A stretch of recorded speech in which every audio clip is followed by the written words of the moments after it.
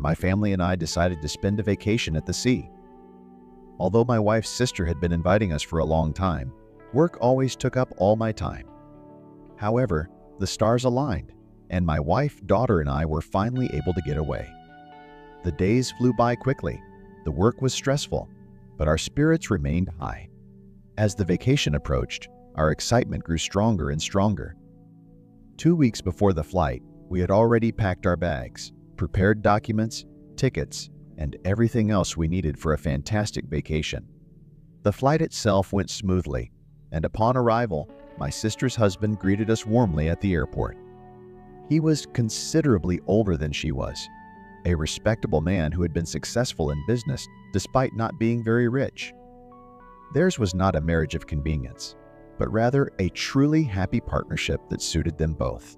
We loaded our belongings into his spacious SUV and enjoyed the breathtaking mountain vistas during the nearly 2-hour drive to their home.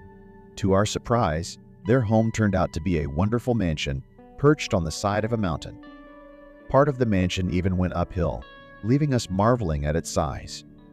The meeting was hot, both in terms of weather and reception. We had a lavish feast and drank an enormous amount of beverages. Our daughter and her cousin went to the beach, and the 4 of us relaxed on the outdoor patio, enjoying the spectacular views as it got darker. Eventually, we moved to the lawn, where a stone fire was waiting for us, surrounded by benches and a covered veranda to one side. It had been a long day, however, and the festivities gradually came to an end. The first to leave was my wife, exhausted from the journey. Then my sister's husband said goodbye to us, mindful of his work commitments for the next day. Only my sister and I remained, and we talked for a long time, reminiscing about the past. When the fire died down, we mutually agreed that it was time to end the conversation.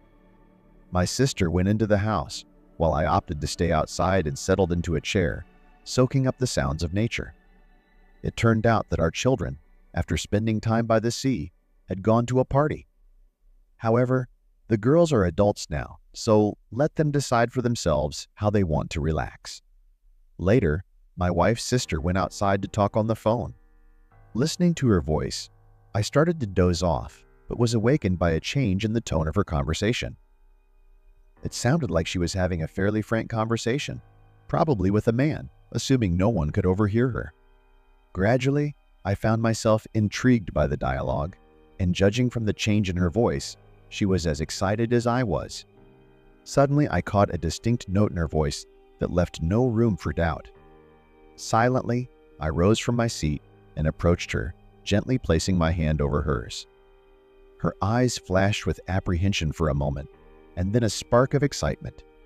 You can imagine what happened next.